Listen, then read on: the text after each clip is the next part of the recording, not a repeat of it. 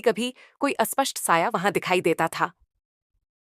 एक दिन गांव में एक चोर था, कालू। वह एक माहिर चोर था और उसका लक्ष्य था गांव की हवेली में छिपे खजाने को लूटना। कहा जाता था कि हवेली में बड़े बड़े सोने चांदी के बर्तन और बहुमूल्य गहने दबे हुए थे। लेकिन कालू को इस खजाने तक पहुंचने के लिए हवेली में प्रवेश करना था। वह रात के अंधेरे में घने जंगल के रास्ते हवेली के पास पहुंचा। हवेली के आसपास गहरी सन्नाटा था, जैसे समय भी थम गया हो। कालू डरते हुए हवेली के अंदर घुसा। जैसे ही वह अंदर पहुंचा, अचानक हवा में अजीब सी गंध फैलने लगी और पुरानी दीवारों से सिसकी की आवाजें सुनाई देने लगीं।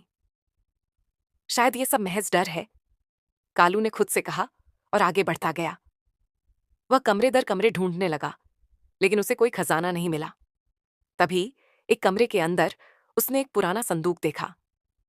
उसकी आंखों में चमक आ गई और उसने संदूक को खोला।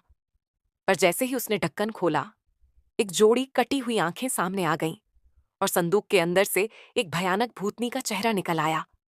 वह पूरी तरह से काले रंग के कपड़े पहने हुए थी और उसकी आंखों में एक खौफनाक जलन थी। तुम यहां क्यों आए हो? भूतनी ने डरावनी आवाज में कहा। कालू कांपते हुए बोला, मैं खजाना लेने आया हूं। मुझे कुछ नहीं चाहिए, बस जो कुछ भी यहां है वह ले जाऊंगा। तुम खजाना ले जाओगे? भूतनी की हंसी सुनाई दी। ये हवेली और यहाँ का खजाना हमेशा से शापित है। जो भी इस खजाने की तलाश करता है, वह अपनी जान से हाथ धो बैठता है। अचानक हवेली के कोनों से और भी भूत प्रेतों के रूप उभरने लगे। कालू को समझ में आ गया कि वह एक भूत या जगह में फंस चुका था, लेकिन उसकी तिजोरी की प्यास कम नहीं हुई थी।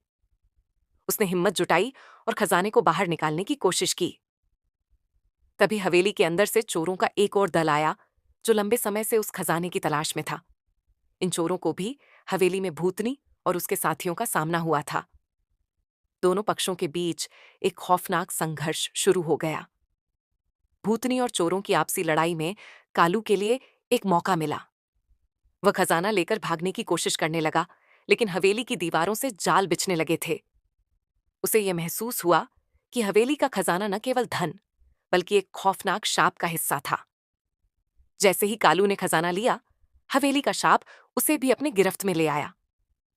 उसकी आत्मा भूतनी के साथ हमेशा के लिए अंधेरे महल में बंध गई।